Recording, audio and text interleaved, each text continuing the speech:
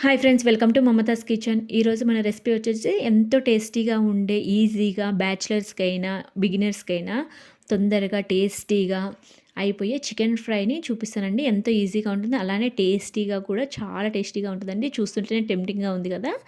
ఎలా చేసుకోవాలో చూసేద్దామండి ఈ వీడియోలో. పప్పుచారు కాంబినేషన్, రసం కాంబినేషన్ చాలా బాగుంటుంది. ఎలా చూసుకోవాలో ఈ వీడియోలోకి వెళ్ళిపోదాం.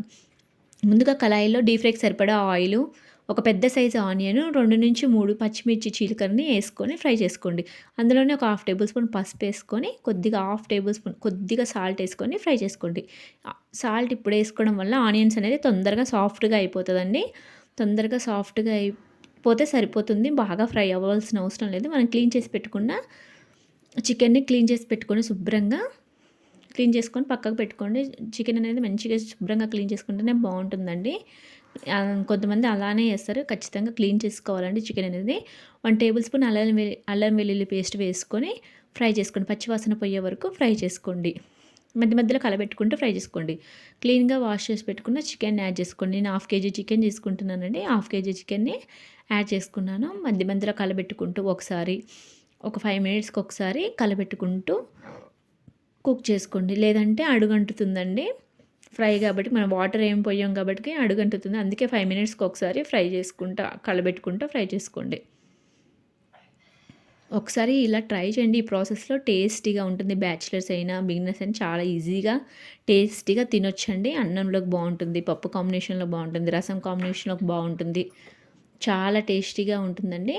ఇంత వాటర్ అంతా ఇనికిపోయి వాటర్ అంతా వస్తుంది కండి మన చికెన్లోకి. ఇట్లా వాటర్ అంతా వచ్చి వాటర్ అంతా ఇనికిపోయే వరకు ఉంచుకోండి. ఇలా ఆయిల్ అంతా పైకి వచ్చే వరకు ఉడికించుకోండి. ఇలా ఆయిల్ అంతా పైకి వస్తే కుక్ అయిపోతే సరిపోతుంది. అందులోనే మీకు స్పైసీ తగ్గట్టు కారం అనేది యాడ్ చేసుకోండి.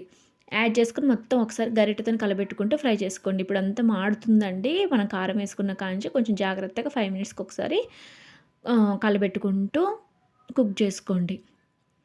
ఇందులో మీకు స్పైసీనెస్ తగ్గట్టు కారం అనేది చూసి యాడ్ చేసుకోండి.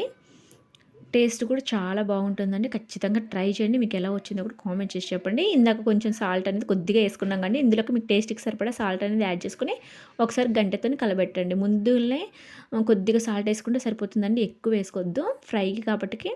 ఇట్లా లాస్ట్లో వేసుకోవడం వల్ల టేస్ట్ అనేది చాలా బాగుంటుందండి. ఒకసారి ఇలా ట్రై చేయండి. అందులోనే కొంచెం మెయిన్ కరివేపాకు రెమ్మల్ని వేసుకోండి. ఇలా కరివేపాకు వేసుకోవడం వలన ఫ్రై అనేది, చికెన్ ఫ్రైలు కూడా ఏదైనా సరే ఫ్రై చేసుకునే వాటిలలో కరివేపాకు వేసుకోవడం వల్ల టేస్ట్ అనేది చాలా బాగుంటుందండి. ఒక్కసారి ఇలా ట్రై చేయండి.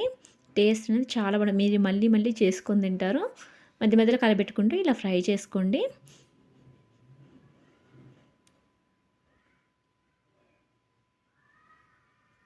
నిదానంగా ఓపికతోని కొంచెం ఫ్రై చేసుకోండి. ఇందులోనే కొంచెం ఒక టేబుల్ స్పూన్ ధనియాల పొడి యాడ్ చేసుకోండి. కొంచెం half table spoon garam masala add చేసుకొని గరిటెతోని కలబెట్టేసేయండి. నిదానంగా కలబెట్టుకోండి గరిటెతోని.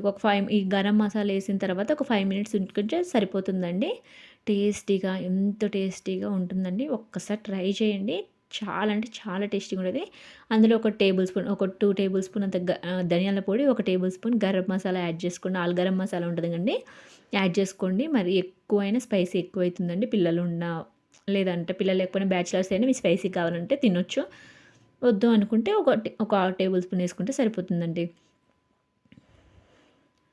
అంతేనండి. ఒక 5 మినిట్స్ ఉంచేసి స్టవ్ ఆఫ్ చేసుకుంటే సరిపోతుందండి. ఎంతో టేస్టీగా ఉంటుందండి.